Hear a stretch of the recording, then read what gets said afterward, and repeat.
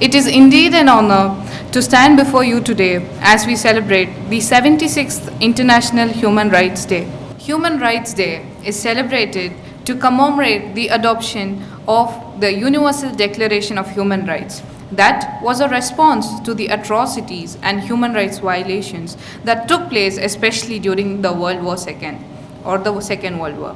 This year, the motto of International Human Rights Day is Our Rights, Our Future, Right Now. It reminds us that human rights are not a distant aspiration, but an urgent commitment to the present movement. UN High Commissioner Volker Turk points out that human rights are about people, they are about you, your lives, your needs, your wants, fears, and hopes for the present and future.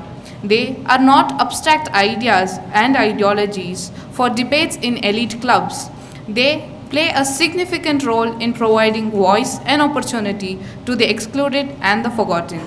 Therefore, human rights are fundamental to each one of us, and hence it's our responsibility to help guide the world in a direction where everyone's rights are recognized, respected, and protected. We now take this opportunity to invite our dignitaries to light the lamp. Let us light this lamp as a symbol of hope, progress, and the eternal pursuit of human dignity. May its radiance guide us towards a brighter future, a future which is rooted in the values of equality, justice, and inclusivity, and where human rights are not just promised but put into practice.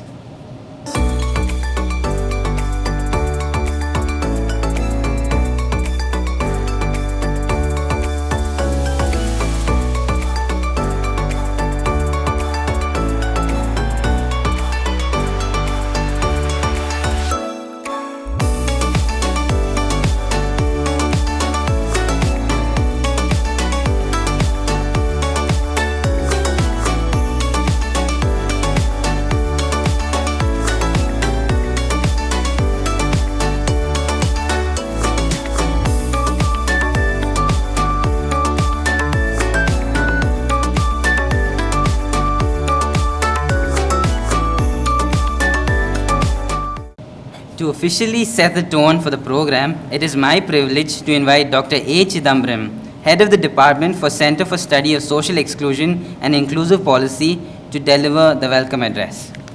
Very good morning to all. Vanakkam, Namaskar. So, behalf of Center for Study of Social Exclusion and Inclusive Policy, we are welcoming each and every one of you for these important special lectures organized by Center for Study of Social Exclusion and Inclusive Policy. At the outset, I wish to welcome our Honorable Vice Chancellor, Tharani Karasu sir. He is a man of action in the sense, whenever I used to think about Tharani Karasu sir, I always, one Tirukural comes to my mind. That is called Arivinan Aguvadundo, Piridin Noi Tannoi Pol Potra Kadai. It means that the person, one who knowledgeable person or cultured person or civilized person, what they are supposed to do, they are supposed to feel for others. Our Vice Chancellor always feel for others. You will stand behind, the people, those who are in need. In that way, you will stand and you taking our entire universities in this direction. So, behalf of our center, we will welcoming you, sir. For your presence makes a lot of sense for this particular talks. So, behalf of center and behalf of these students, human rights students, we are welcoming all of you, sir. Then I am in welcoming our respected Dean, Chandrika Madam. Chandrika Madam always will will have a motherly concern to each and every one of our school department and center and the students communities in our school. More than that, whatever requirement we are going to her, she will stand first. She will finish it out. Okay, that kind of optimum support or positive support she always gives to our center. So, behalf of center, we are welcoming you, madam, for this deliberation.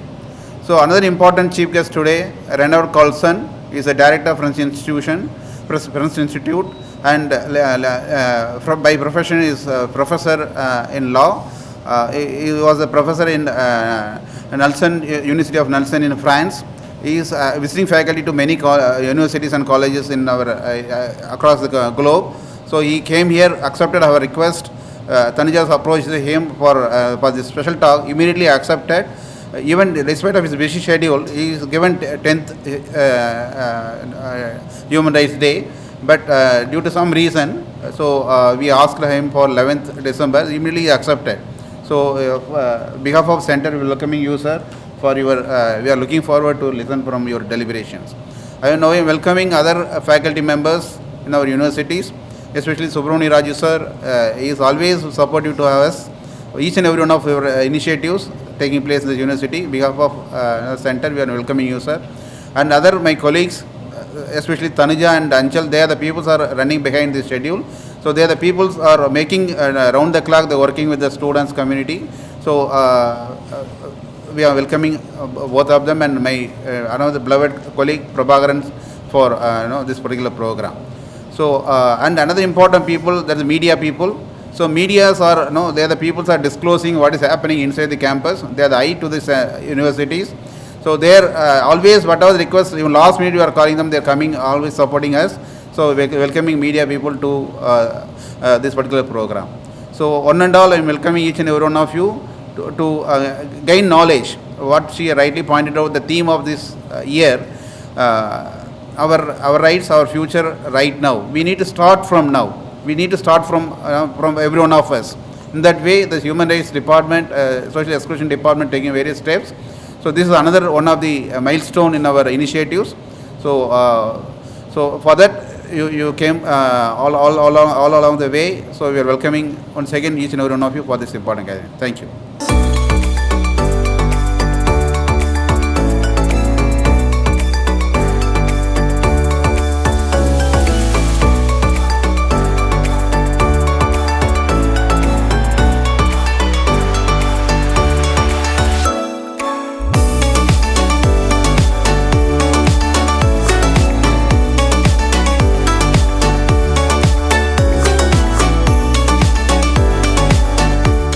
International Human Rights Day celebrates the adoption of the global cornerstone, that is, Universal Declaration of Human Rights. The UDHR was brought for world peace. It forms the moral grounds for the United Nations Charter and Sustainable Development Goals. Now it is time for insights from our honorable dignitaries. Let us now hear from Professor G. Chandrika, Dean, School of Social Sciences and International Studies. Respected Vice Chancellor Professor Tarnekar sir, and esteemed chief guest of today, Professor Renaud Carlson, Director of the French Institute. In spite of the weather today, he has made it, and I really appreciate it. Head of the department, Professor Chidambaram, and also faculty members of the Center for the Study of Social Exclusion and Inclusive Policy Studies, Dr. Tanuja, Dr. Anchal, Dr. Prabhakar, and we also have here today the head of the Center for South Asian Studies, Professor Subramaniam Raju, and all scholars and friends. At the very outset, very good morning to one and all. And our university anthem was played, and we know that we are situated in Pondicherry, which is, we have the waves of the Bay of Bengal actually breezing our Pondicherry. But sometimes Bay of Bengal also sends other signals. And today, I really thank the Bay of Bengal for allowing us to celebrate this Human Rights Day in peace. So that is my first observation. And being a professor of history, I always understand there is a historical background for everything, including the day that we are celebrating here.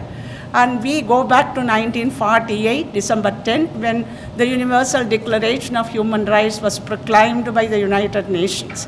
And in 1948, the situation was just after 3 years after the end of the Second World War. So much of destruction had happened, and because of the atom bombs that were used against the Japanese cities. And in the view of all this destruction, the United Nations organization wanted to take a pledge. All the nations must take the pledge towards protecting and promoting human rights. So today we are still here, and protection and promotion of human rights is a pledge. And theme this year, our rights, our future, right now. But we understand that since 1948, so many years have passed. Technology has advanced, but technologies of oppression has also advanced.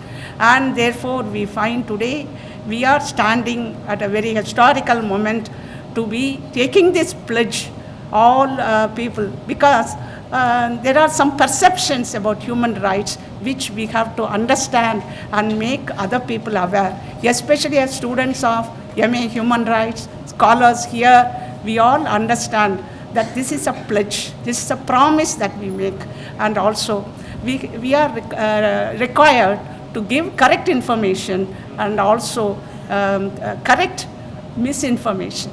That is part of this pledge that we are taking today. So we all also understand that the Human Rights Day is celebrated going back to the United Nations Declaration.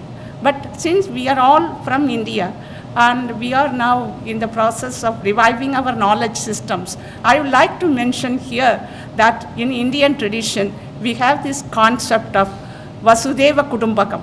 That means the world of one people. And everything, for example, in our logo, we have this statement, vers la lumière, or towards enlightenment. And enlightenment is simply what we did today by lighting this lamp. So in Indian tradition, whenever we light a lamp, we say to the world, we are enlightening. It's not only for the lamp, but the knowledge that is required for enlightenment is also spread like a light.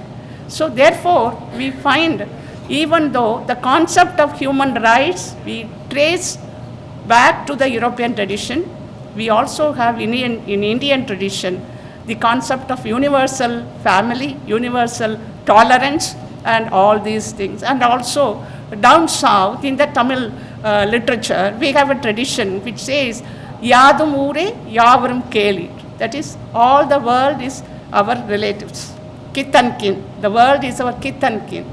And therefore, we come of these traditions of considering the whole world as one people and considering the whole world as our relatives.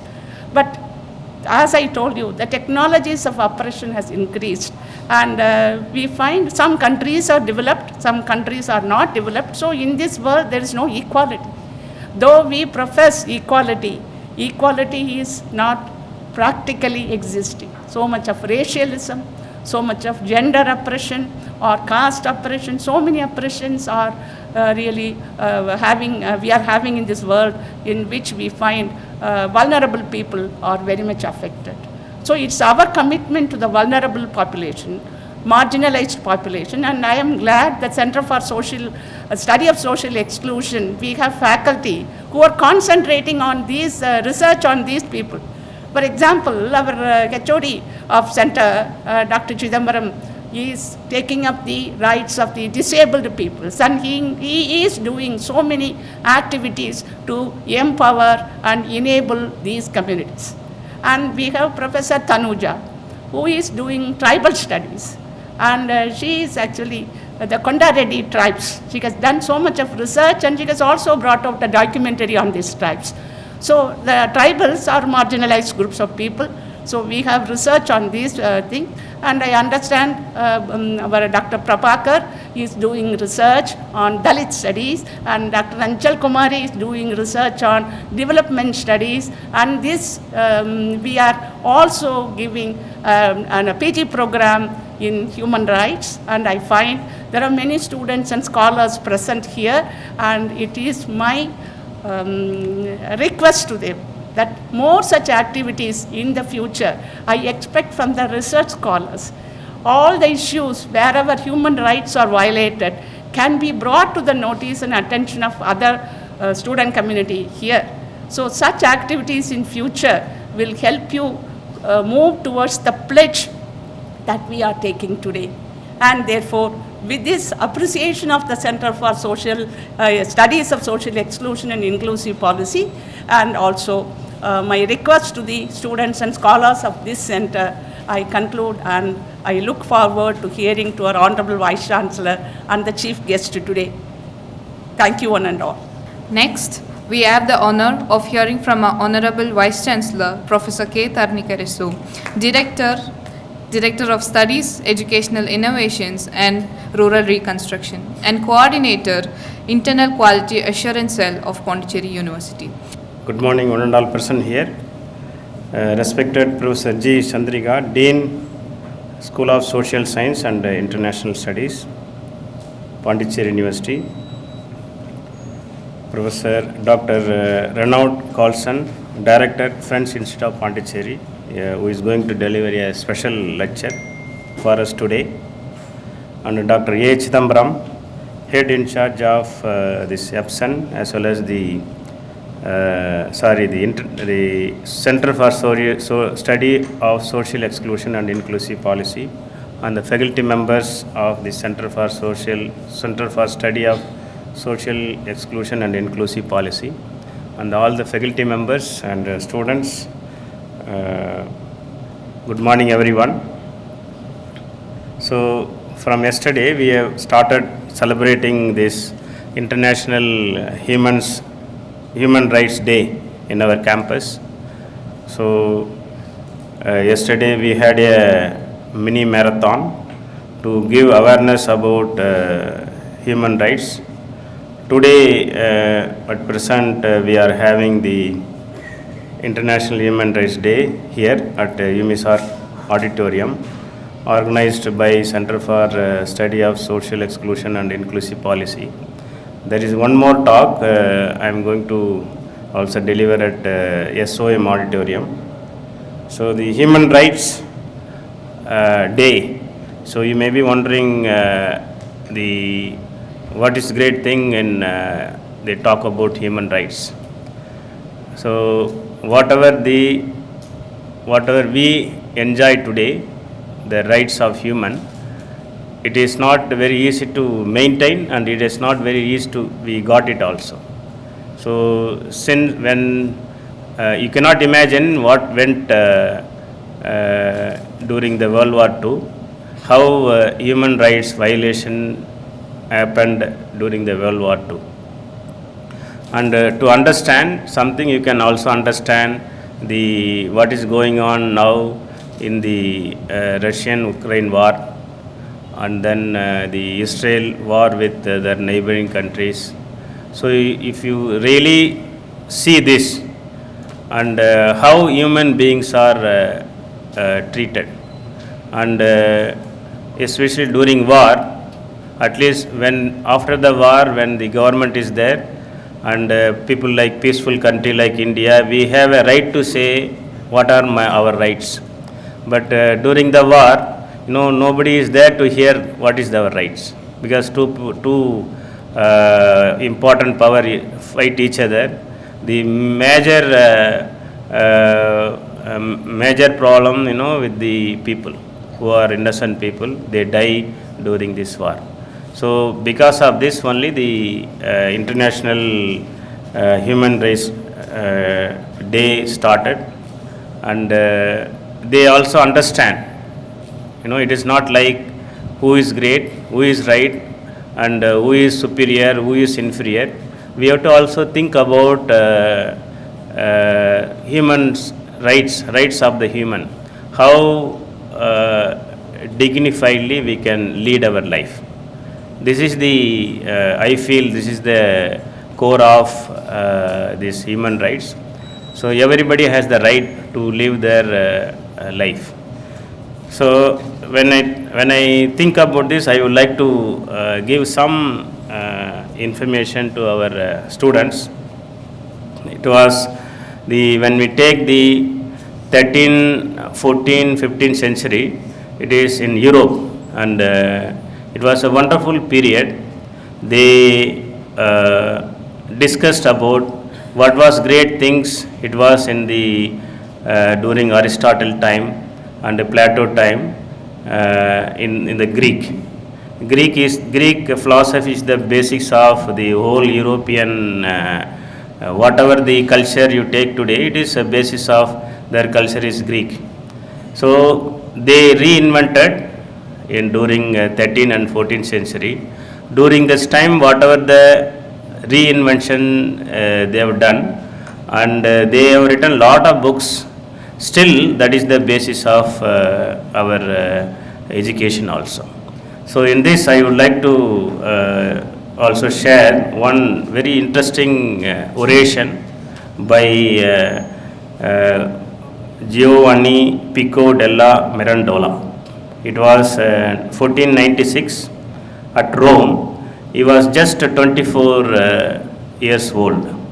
He delivered a oration in the public and about dignity of man. So what is the great thing about a human?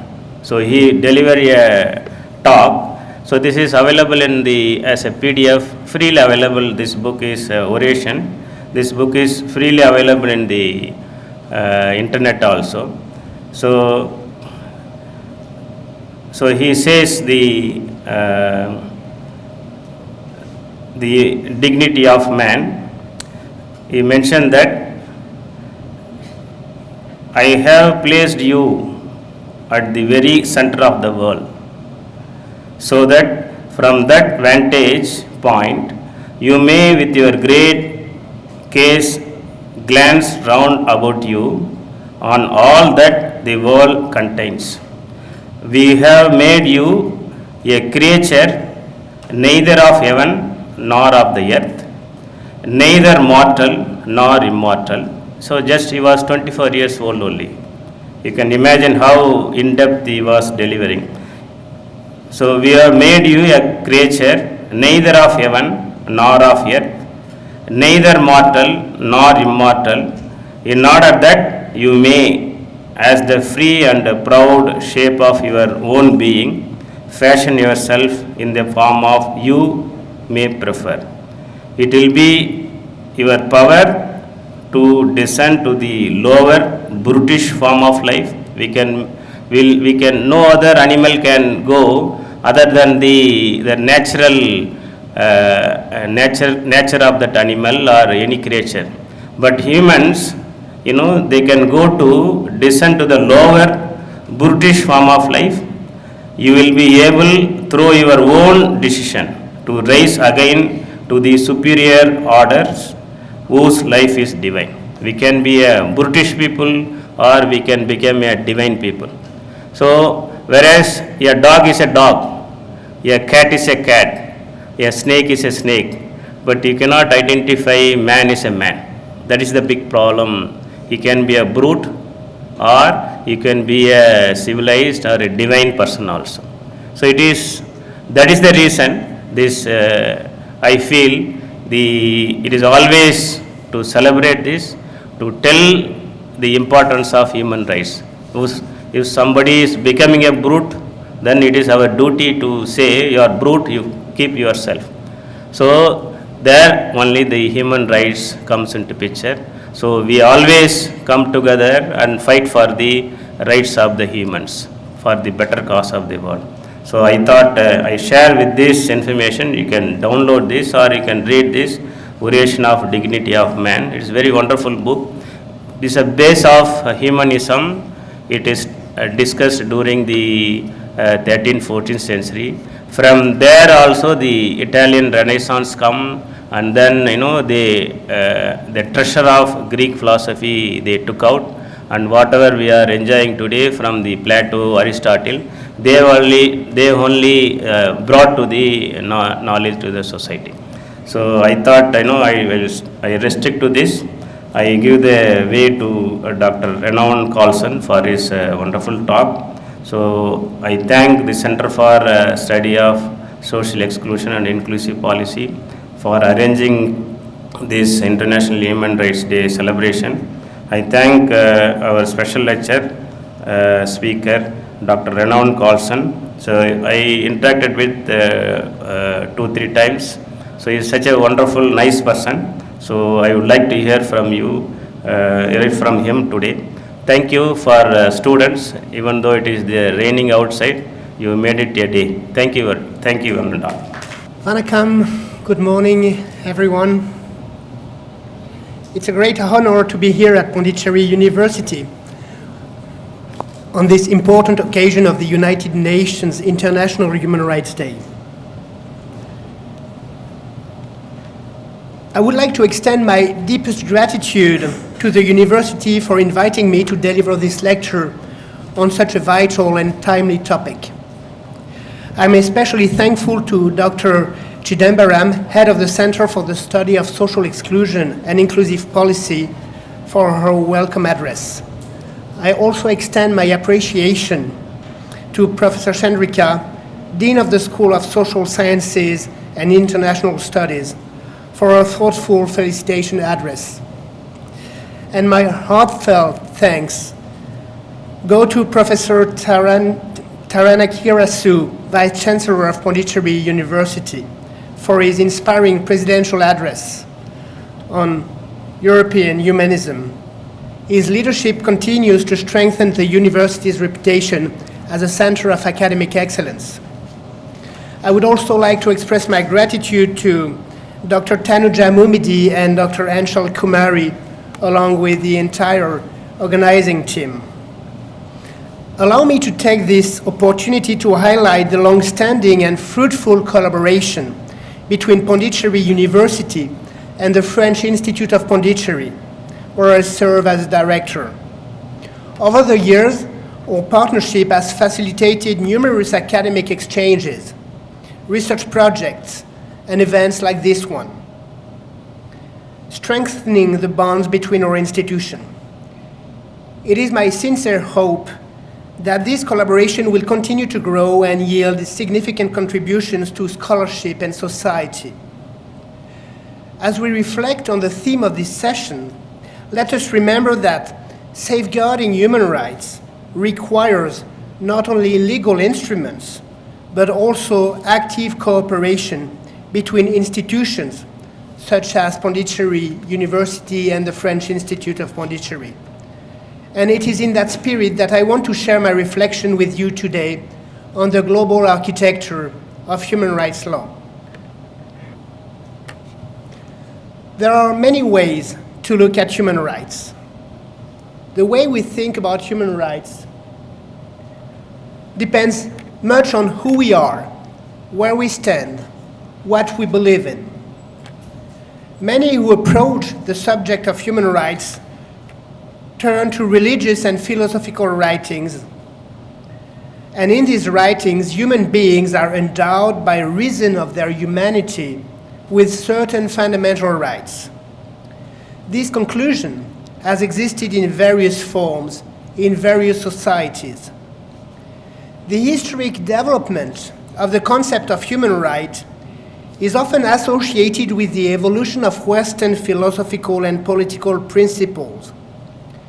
Yet, we can find reference to similar principles concerning self-fulfillment, respect for others, and the quest to contribute to others' well-being in Hindu, Muslim, Confucian, Christian, or Buddhist traditions.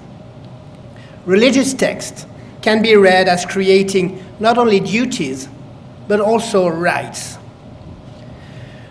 Recognition of the need to protect human freedom and human dignity is alluded in some of the earliest legal codes, from Hammurabi's code in ancient Babylon right through to the natural law tradition of the West and the Hindu tradition of Dharma. Common to each of these civilizations is the recognition of certain universally valid principles and standards of behavior. These behavioral standards arguably inspire human rights thinking and may be seen as different expressions of the idea of human rights. The modern concept of human rights I'm going to talk about is both related and distinct from these traditions. It is related in the sense that it echoes some of these traditions. Some ideas are universally shared. But the modern concept of human rights is also distinct in the sense that modern human rights law has its own history, and it relies on a specific legal technique which originated in the West before being spread all over the world and reincorporated in legal systems in the global south. Let's start with the definition. What are human rights? Human rights, from a legal perspective, are the fundamental rights and freedoms inherent to all human beings, regardless of factors such as nationality, gender, ethnicity, religion, language, or any other status. They are rights everyone possesses, simply because they are human.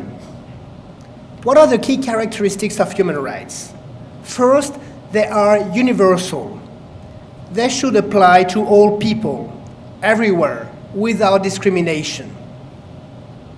Then human rights are inalienable. They cannot be taken away, except in very specific situations according to due process of law. For example, imprisonment following a fair trial. Finally, human rights are both indivisible and interdependent. All rights, all human rights, civil, political, economic, social, and cultural, are equally important and interconnected. Now, we need to think of examples, and you'll find plenty in the Indian Constitution. A beautiful text worth reading. Part 3 of the Constitution contains the fundamental rights guaranteed to Indian citizens. Among many others, let's quote the right to equality, which covers equality before law, prohibition of discrimination on grounds of religion, race, caste, sex, or place of birth, equality of opportunity in matters of public employment, and abolition of untouchability. Then comes the right to freedom, which covers freedom of speech, protection of life and personal liberty, right to education, protection against arrest and detention in certain cases. There is also the right to freedom of religion, freedom of conscience, and free profession, practice, and propagation of religion. In India, as in many other countries, human rights are enshrined in the Constitution. The Constitution is the most authoritative text in a domestic legal system.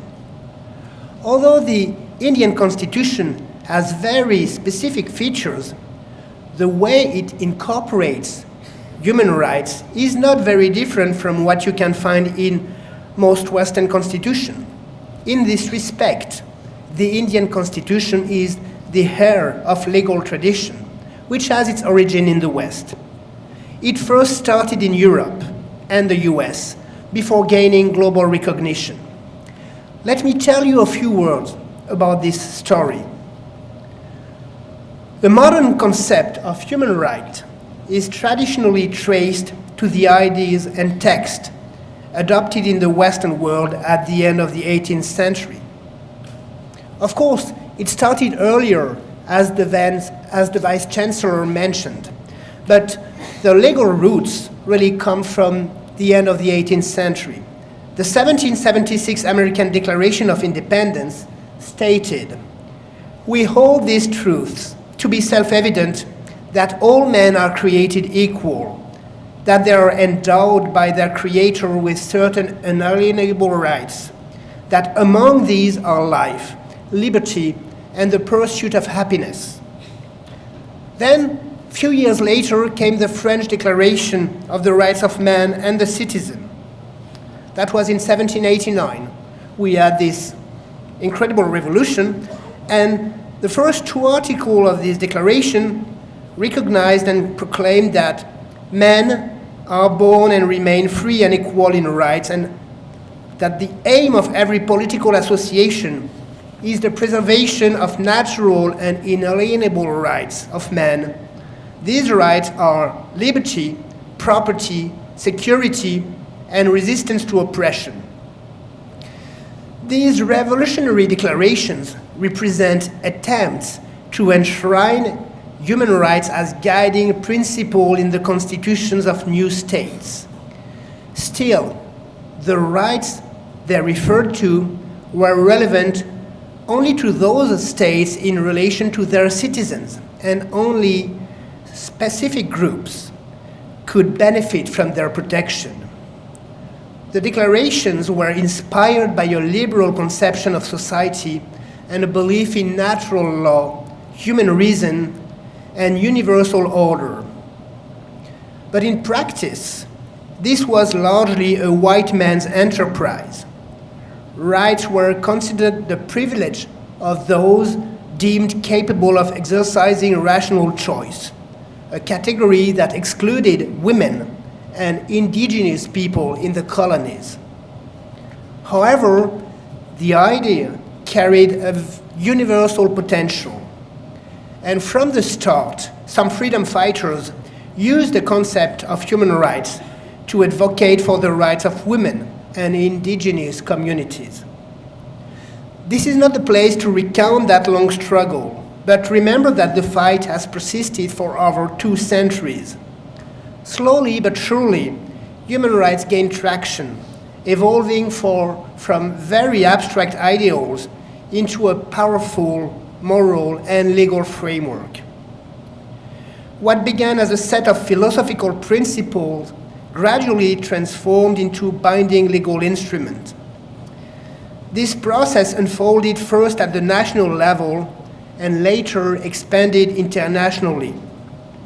The story I'm going to tell you about focuses on this international development.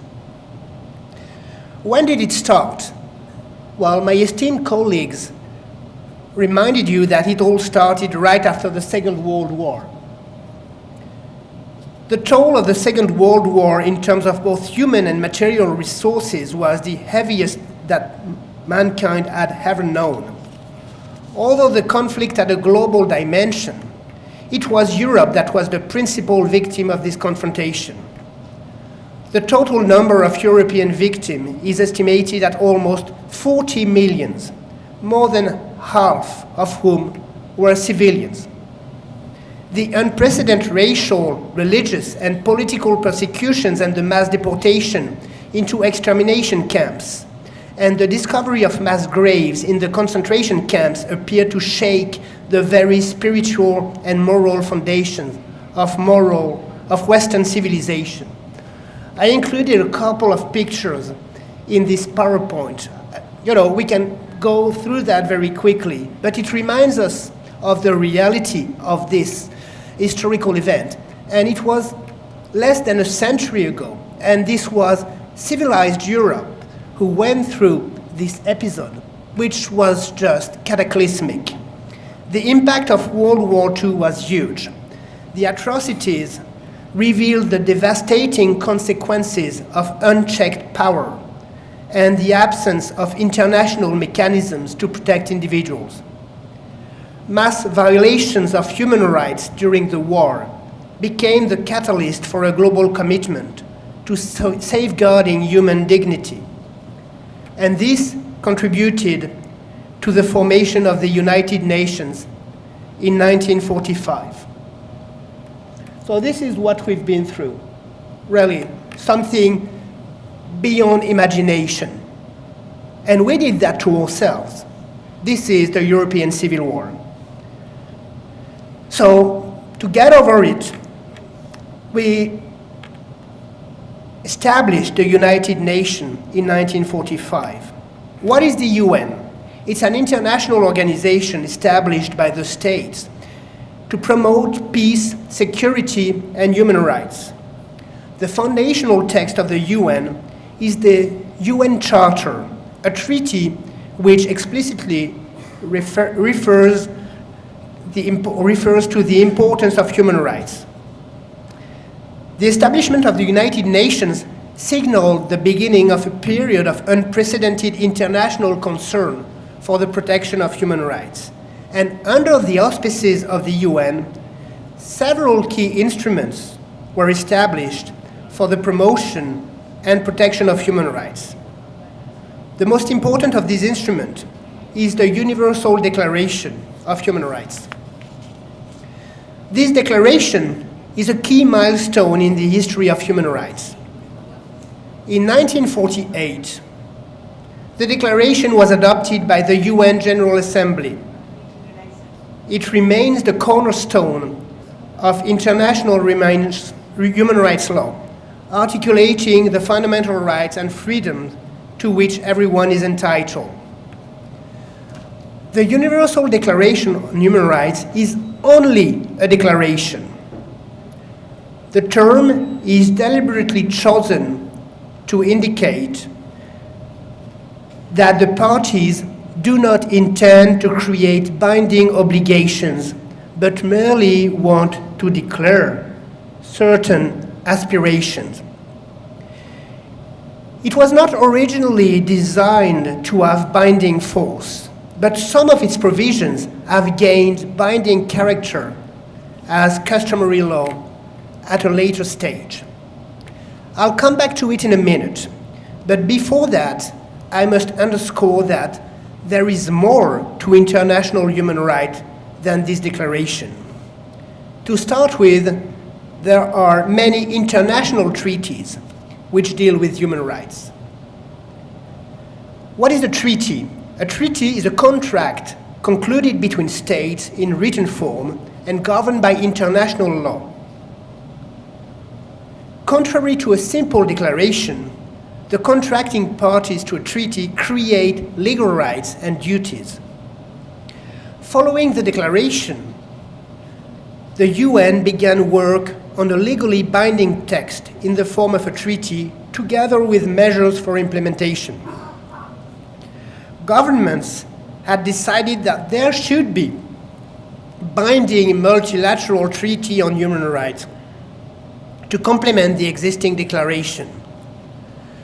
On December 1966, the General Assembly adopted the International Covenant on Economic, Social and Cultural Rights and the International Covenant on Civil and Political Rights. And both texts came into force in 1976.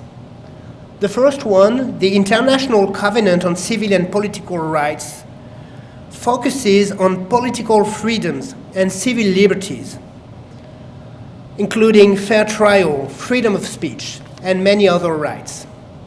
The second one, the International Covenant on Economic, Social, and Cultural Rights, has a focus on the rights to work, education, and adequate living standards. In addition, other treaties have been negotiated on specific subjects. Among others, let's mention the International Convention on the Elimination of All Forms of Racial Discrimination, which came into force in 1969 and prohibits any distinction, exclusion, restriction, or preference based on race, color, descent, or national or ethnic origin. The Convention on the Elimination of All Forms of Discrimination against Women in 1979 is designed to ensure women have equal access to political and public life, as well as education, health, and employment. Under this convention, states are obliged to modify the social and cultural patterns of conduct of men and women with a view to achieving the elimination of prejudices which are based on the idea of the inferiority of women. Then came the Convention Against Torture and Other Cruel, Inhuman, or Degrading Treatment or Punishment, which includes a definition of torture and insists that any party to it take measures to prevent acts of torture in any territory under its jurisdiction. And then in 1989 came the Convention on the Rights of the Child, which seeks to protect children from economic exploitation, trafficking, illicit use of drugs, and all forms of sexual exploitation and abuse. The guiding principle of the Convention are the need to take into account the child's best interests, non-discrimination, and respect for the wishes of the children.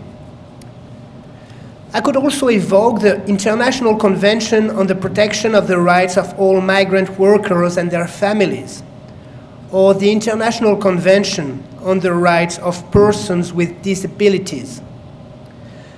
There are, in addition, regional human rights frameworks.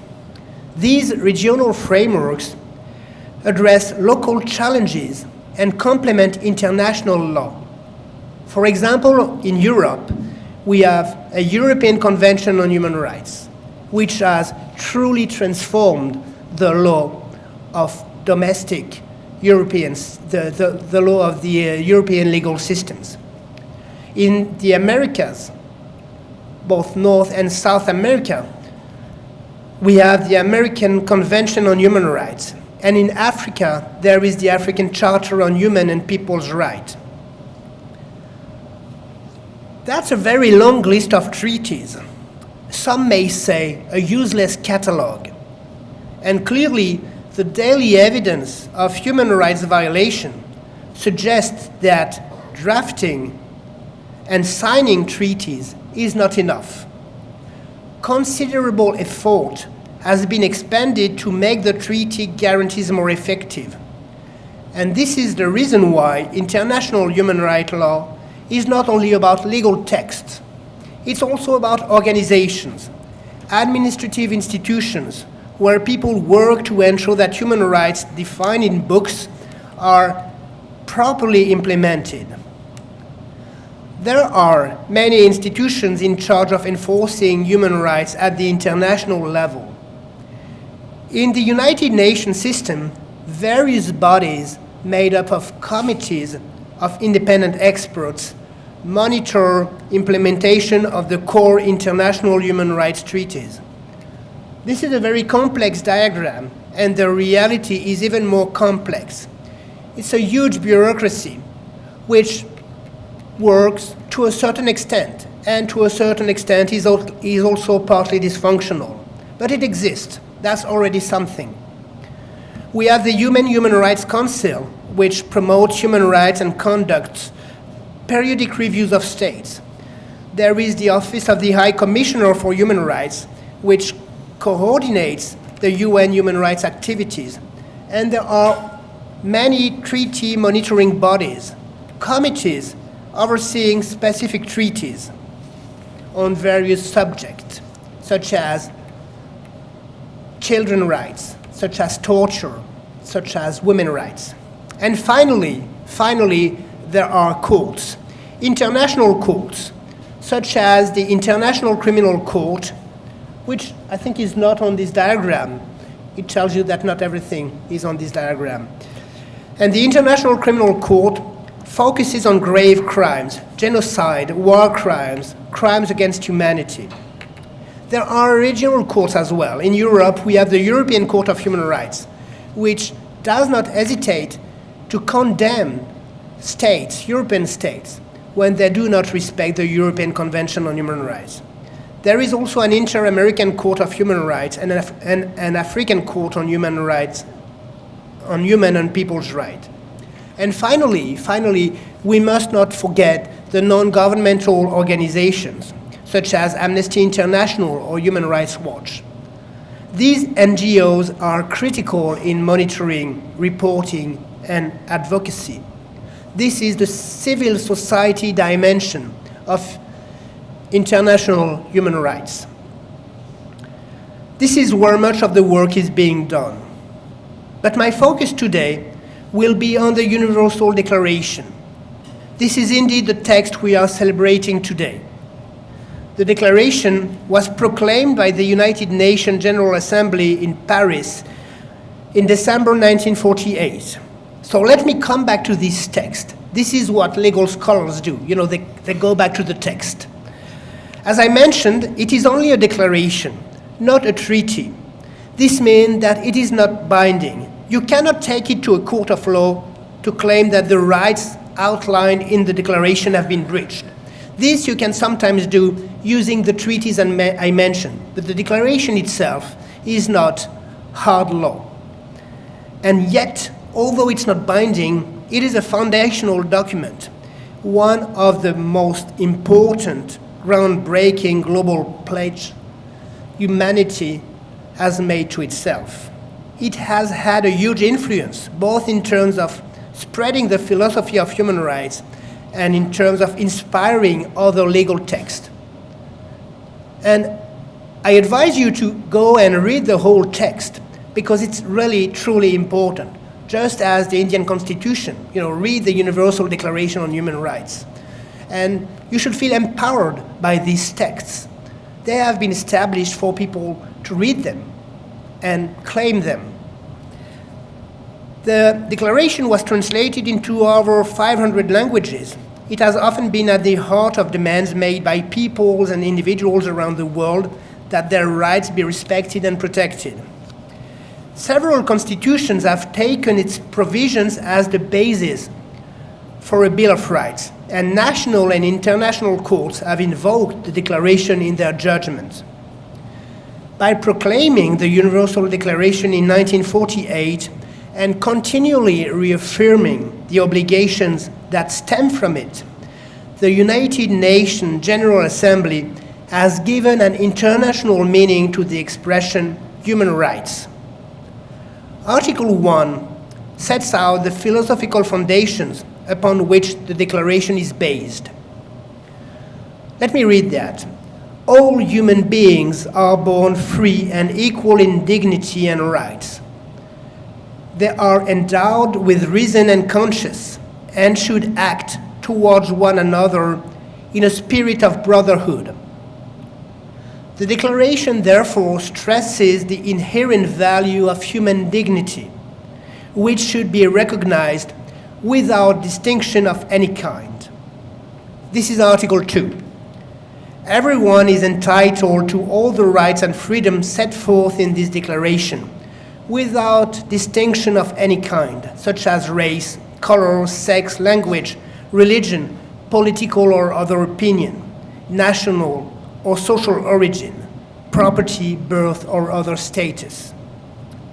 Then come other key articles: right to life, freedom from slavery, freedom from torture, right to equality before the law, freedom from arbitrary detention, right to a fair trial, presumption of innocence, right to privacy, freedom of movement, right to asylum, right to nationality, freedom of religion, freedom of opinion and expression, freedom of assembly and association, right to social security, to rest and leisure. But the Declaration is not only about rights. It also sets certain limitations on the exercise of human rights, recognizing the need of a social order for the full realization of the rights. Article 29 acknowledges that the individual owes certain duties to the community. The limits imposed by these duties must be determined by law and can only be for the purposes of securing respect for the rights of others and to meet, I quote, the just requirement of morality, public order, and the general welfare in a democratic society. The Universal Declaration on Human Rights is the umbrella under which the whole international human rights law has developed. It is a very important legacy, but it raises questions, both theoretical and practical.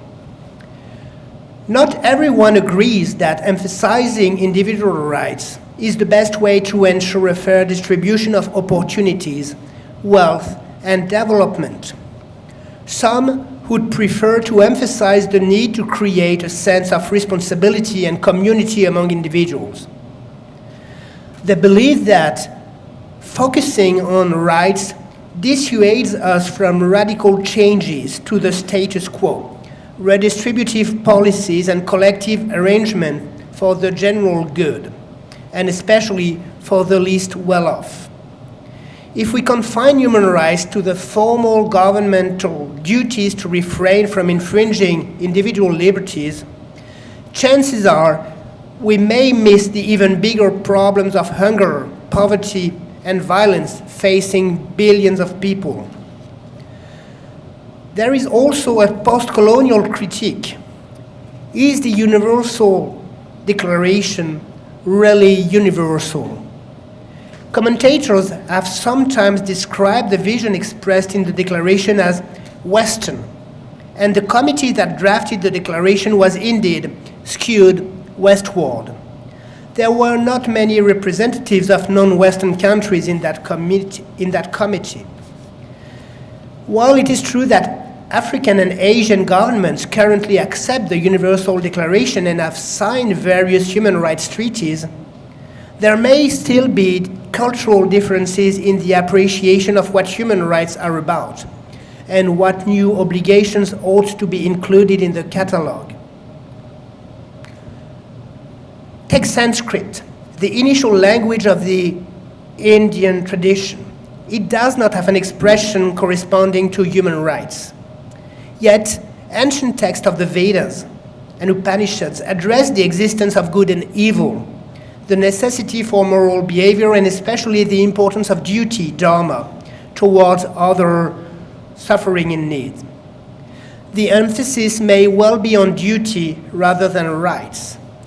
But as Gandhi said, while the true source of rights is duty, the idea about human duties led quite naturally to ideas about human rights. And it is true that there is still discord over what constitutes a human right and how rights should be implemented in this or that country. As we move from proclamations to detailed implementation and accountability, we encounter the reaction that rights have to be implemented according to the cultural and economic context. Human rights law does allow for different approaches to implementation across cultures and nations. But at the same time, there is apparent universal acceptance of the human rights message. There is a sense that there is some core content to each right, and that failure to respect that content can be universally condemned. Authoritarianism, deprivation, and slaughter are now contraposed with the promise of a future based on human rights everywhere. It is true that the promise of human rights remained unfulfilled around the world. Daily reports of war, violent abuse, injustice, and the denial of basic subsistence rights leave no room to doubt that we live in a world of human rights violations. The story of the UN's human rights treaties may leave us dissatisfied. Where is the enforcement of these rights? We have a legal framework and reports from non-governmental organizations, but where is the pressure to ensure that these rights are realized in practice? For human rights to have a greater impact, they have to appeal to people's imagination.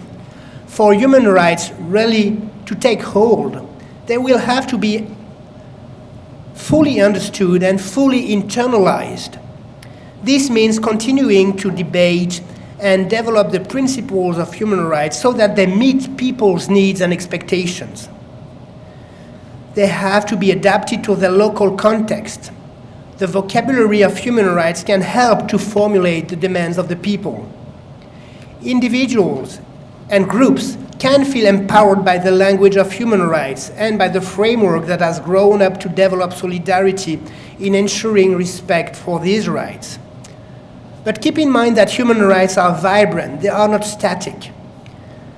The global architecture of human rights law, though imperfect, represents maybe humanity's best collective aspiration to create a fairer world.